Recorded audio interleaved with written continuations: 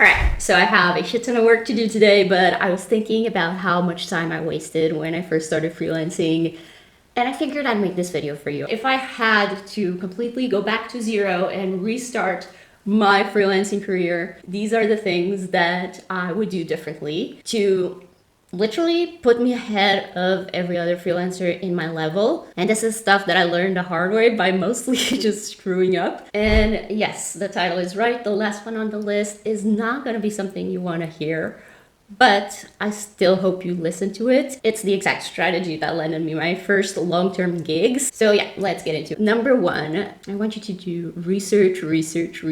I can't stress this enough. I know it's the boring part and nobody wants to do it, but you got it, right? When I first started, my biggest mistake was that I just started. I didn't do any research whatsoever.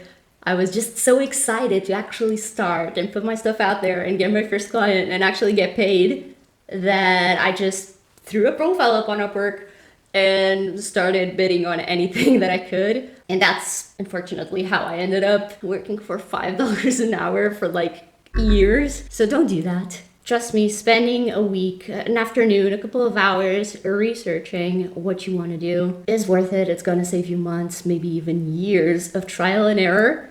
And I like doing this on Upwork because you can go at the top and search for talent. I want you to go there and search for your service, but instead of looking for jobs, looking for talent. So that way you see other freelancers' profiles. I want you to kind of try to see what the top freelancers in that industry are. And not just look at what they charge, really look at their profiles. Like, what kind of work are they showing in their portfolio? What kind of language are they using? And I'm not talking like English, Portuguese, Spanish, whatever. I'm talking like the type of keywords, how they word the service that they offer to the clients. That's really important. And it basically tells you what clients in your niche are actually willing to pay for. And I also, on the other hand, want you to try to find clients' pain points. Now, this may be a bit harder. You may have to do some more digging than the other one. Go to like forums, Reddit, LinkedIn comments are good as well. And try to see what business owners are complaining about in the industry. Like, what problems do they keep mentioning or that you see keep coming up? That's your gold mine, and that's how you want to frame your service. By doing this research, you can set up your entire foundation. So you're not just guessing, you're building on something you actually know works. Now, number two, I want you to network like crazy. Now, I'm an introvert, so this is stuff for me too. But basically, when I say network like crazy, no, I do not mean add just a bunch of people on LinkedIn all willy-nilly and just pray that one of them gives you a job. That's fantasy land. And also don't bombard them with DMs like, hey, got any work? Everyone hates that. That's the worst. Basically, I want you to think of networking like showing genuine interest. It's about like going in and commenting on someone's post with something actual insightful, not just some ChatGPT copy and paste shit or anything like that. And please, no fire emojis. It's actually about having real conversations, believe it or not, because you never know where your next lead may come from. So cultivating those relationships almost like you would in real life with your friends. It's literally that. You wouldn't just want to have a friend that you just added on Facebook and said, hey, be my friend. It doesn't work like that. You need to connect on something that you have in common. And I'll actually give you a real example because a few years back, I was just scrolling through LinkedIn and I saw one of my clients at the time. She had commented on a post from someone else. I wrote a short comment on my opinion on the matter. And not only did she reply, she sent me a connection request. And the rest is history. We worked together for a bunch of years. We still work together from time to time. And it all started because I didn't want to sell anything. I just wanted to share my 2 cents. So bottom line, the goal isn't to ask for work. The goal is to be the person they will think of when they have work. And you do that by staying connected with them, essentially. Now, moving on to number 3, I want you to think about starting social media. I'm not going to say I want you to start social media because in the end, that's your decision, but think about it. As a social media marketer, you'd think I would have nailed this maybe earlier, but no. I was the social media manager that didn't have any social media presence whatsoever. And when I did start, I made the mistake a lot of people make. I tried to be everywhere once. I had a Twitter, an Instagram, a LinkedIn, a podcast even. I had a podcast. And I was creating different content for all of them. You can see where this is going. I was completely burned out after like just a couple weeks, and it was totally counterproductive. So don't do that. Instead, what I would do is pick one, maybe two platforms where either your ideal clients hang out, or alternatively where you like to hang out the most.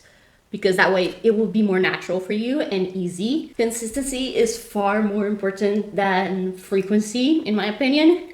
Like, if you just show up a few times a week with valuable content, talk about what you're learning, share a tip, or just show your process. I think that's a very underrated way to create content, just showing your process. And the best part is you can cross-post. So if you do end up choosing more than one platform, you can take the core idea from your post on LinkedIn and turn it into a quick Instagram reel or a Twitter thread. That way you're not starting from scratch every time. I personally use Vista Social for this. I actually think I have a discount, so I'll link it down below. I believe it gets you 10% off. And one thing that I want you to remember also is that the goal with social media, believe it or not, is not to go viral. It's just to build trust slowly over time. Because when you show up consistently, people start recognizing you and your stuff.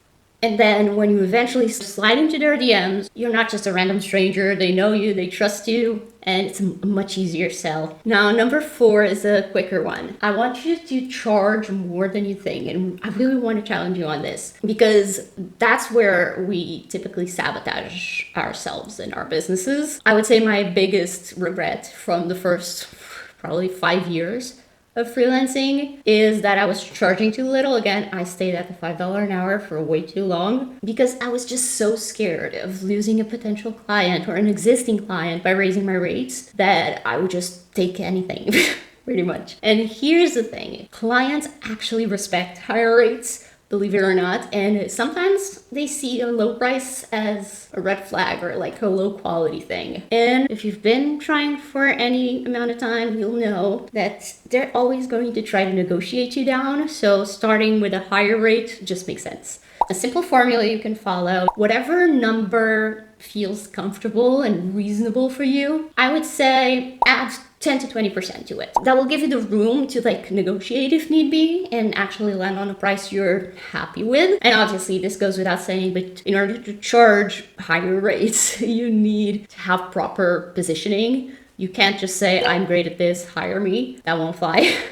But really show you understand their problem and you have a clear solution for them. That's what makes clients actually say yes to that higher price. And in order to do that and show yourself as the pro that you are, I'm going to talk about the controversial one, which is work for free. Now, don't click off just yet. Just hear me out. I would say strategically work for free for 1 to 3 initial clients. This is not for everyone and this is not forever because the payment is gonna come, but it's not cash.